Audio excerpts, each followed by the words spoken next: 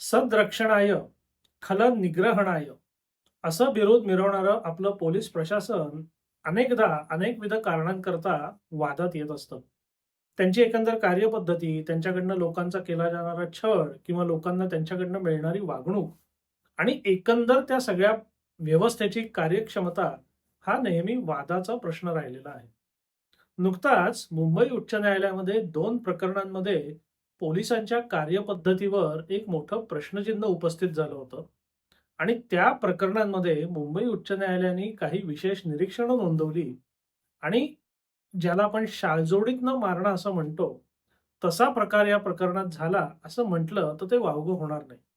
आता ह्या प्रकरणात मुंबई उच्च न्यायालय काय म्हणतं, तर ते आपण बघूया.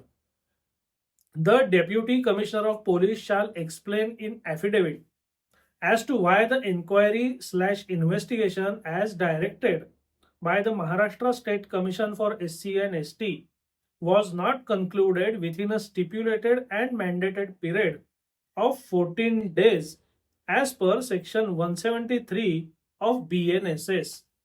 म्हणजे BNSS या नवीन कायद्याच्या कलम 173 अंतर्गत SC/ST कायद्या अंतर्गत नोंदवलेल्या गुन्ह्याचा तपास 14 दिवसात पूर्ण का नाही झाला, याची कारणमीमांसा देणारं एक सत्य प्रतिज्ञापत्र DCPनी म्हणजे पोलीस उपायुक्तांनी सादर करावं. The deputy commissioner of police shall also explain as to whether the provision of BNSS are mandatory and applicable to Kerwadi Police Station, Mumbai, or its application is excluded for the said police station. म्हणजे या सत्यप्रतिज्ञापत्रामध्ये त्या DCPनी हे सुद्धा नमूद करावं की BNSS हा कायदा केरवाडी पोलीस स्टेशनला सुद्धा लागू आहे ना, का काही विशेष तरतूद करून केरवाडी पोलीस स्टेशनला त्याच्यातनं सूट देण्यात आलेली आहे. हे झालं एक प्रकरण. दुसऱ्या प्रकरणामध्ये एका पोलीस स्टेशनच्या अधिकारी कर्मचाऱ्यांनी एका माणसाला समन्स पाठवले होते आणि पोलीस स्टेशनमध्ये बोलवलं होतं. त्यावरनं हायकोर्ट असं म्हणतं, this is yet another case where in assistant police inspector attach to VP road police station Mumbai has issued a communication dated 18 November 2025 with reference संदर्भ मार्गस्थ नोंदवही क्रमांक अमुक अमुक. म्हणजे मार्गस्थ नोंदवही क्रमांक अमुक अमुक या संदर्भाने लोकांना समन्स पाठवल्याचं अजून एक प्रकरण आमच्या समोर आलेलं आहे. Upon a query by the court, it is informed that Margastha Nondwahi is mentioned in Chapter 8 of Maharashtra Police Manual on internal page number 156 at serial number 42. It is stated therein that प्रकरण कागदपत्रांची ये-जा नोंदवही आहे. म्हणजे याबाबत आम्ही जेव्हा अधिक चौकशी केली की हे मार्गस्थ प्रकरण नोंदवही नक्की काय आहे, तेव्हा आम्हाला असं सांगण्यात आलं की महाराष्ट्र पोलीस मॅन्युअलमध्ये या संदर्भात तरतूद करण्यात आलेली आहे आणि कागदपत्रांची जी ये-जा पोलीस स्टेशनमध्ये किंवा त्या सगळ्या व्यवस्थेमध्ये होते त्याची नोंदवही ती आहे. Alleged notice dated 18 November 2025 is issued by the concerned police officer directing the petitioner to attend the police station for the purpose of enquiry of his complaint dated 21 November 25. म्हणजे गंमत बघा, 21 नोव्हेंबर 25 ला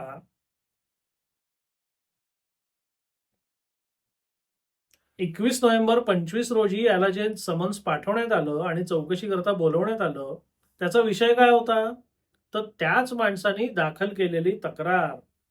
सेक्शन 175 ऑफ भारतीय नागरिक सुरक्षा संहिता provides for conducting preliminary inquiry. Though the BNSS came into effect on 1st July 2024, the concerned officer attached to VP Road Police Station, Mumbai, has issued the said summons as per his own procedure by relying on the मार्गस्थ नोंदवही. म्हणजे भारतीय नागरिक सुरक्षा संहिता 1 जुलै 2024 पासून देशभरात लागू झालेला आहे. तरी सुद्धा संबंधित पोलीस अधिकाऱ्याने स्वतः तयार केलेल्या प्रक्रियेनुसार मार्गस्थ नोंदवहीच्या अनुषंगाने समन्स काढलेले आहेत. We deem it appropriate to direct joint commissioner of police law and order Mumbai to file his detailed reply to the petition. The Joint Commissioner of Police in his affidavit shall explain whether BNSS is applicable to Mumbai police. If answer is yes, then why the police personnel for Mumbai are not following said provision and issuing summonses to the citizen under some unknown procedure, even though not prescribed in the police manual. म्हणजे joint commissioner police कायदा सुव्यवस्था यांनी या संदर्भात एक तपशीलवार सत्य प्रतिज्ञापत्र द्यावं. त्या प्रतिज्ञापत्रामध्ये त्यांनी विशेषत्वाने हे नमूद करावं की BNSS हा कायदा तुमच्याकरता, मुंबई पोलिसांकरता लागू आहे का नाही, आणि हा जर कायदा लागू असेल तर त्या अंतर्गत जी प्रक्रिया आहे ती न करता संबंधित पोलीस अधिकारी भलत्याच प्रक्रिया अनुसरून समन्स काढतायत कसे. The joint commissioner of police shawl explain as to whether such a communication can be termed as a summons. If the answer is yes, then whether such a summon can be issued to the complainant himself. म्हणजे या सत्य प्रतिज्ञापत्रामध्ये त्यांनी हे सुद्धा नमूद करावं की अशा प्रकारे समन्स काढण्याची कायदेशीर तरतूद आहे का, आणि जर अशी तरतूद असेल तर तक्रारदारालाच त्याच्या आधारे समन्स काढता येतं का. As we are regularly coming across with such sort of instances where the citizens of India are being summoned at police station by giving reference of Margastha Nondvahi, which according to us prima facie is not proper. म्हणजे गेल्या काही दिवसात आमच्याकडे अशी अनेक प्रकरणं येतात ज्यामध्ये मार्गस्थ नोंदवही याच्या आधारे भारताच्या नागरिकांना समन्स पाठवून पोलीस स्थानकात बोलवलं जातंय, आणि आमच्या दृष्टीने सकृत दर्शनी हे प्रकरण किंवा हा सगळा कारभार योग्य नाही. म्हणजे मुंबई उच्च न्यायालयाने एकंदर पोलिसांच्या कारभारावर अगदी खुमासदार भाषेत टीका केलेली आहे. एवढंच नव्हे तर त्यांचे DCP, त्यांचे जॉईंट कमिशनर यांना या सगळ्या कारभाराबद्दल एक सत्यप्रतिज्ञापत्र द्यायला सांगितलंय. मग या देशाचे जे कायदे आहेत ते तुम्हाला लागू आहेत का नाही. लागू असतील तर तुम्ही त्याप्रमाणे जे काही कारवाई करायची ती न करता भलतीच कारवाई कशी करता, याचं स्पष्टीकरण आता त्या DCPला आणि जॉईंट CPला द्यायचं आहे.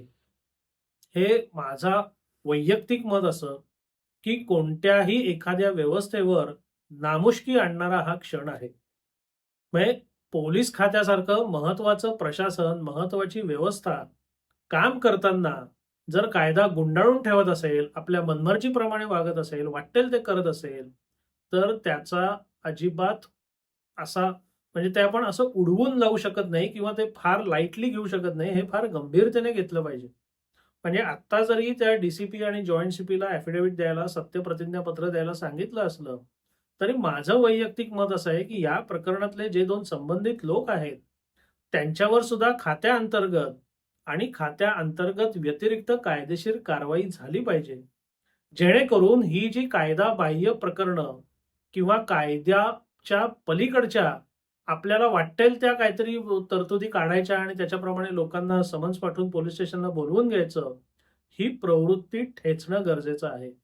ही जर प्रवृत्ती वेळीच ठेचली नाही तर ही प्रवृत्ती बळावेल, त्याचा सर्वसामान्य नागरिकांना त्रासच होईल, सोय तर नक्की होणार नाही. या विषयाबद्दल तुम्हाला काय वाटतं, या निकालाबद्दल काय वाटतं, अवश्य कळवा. या निकालाची सविस्तर आणि तपशीलवार माहिती देणारा लेख आपल्या समूहामध्ये पोस्ट करण्यात येईल. आपल्याला जर त्या समूहात सामील व्हायचं असेल तर या व्हिडिओच्या डिस्क्रिप्शनमध्ये जो क्रमांक आहे त्याच्यावर तुम्ही व्हॉट्सअप करू शकता. धन्यवाद.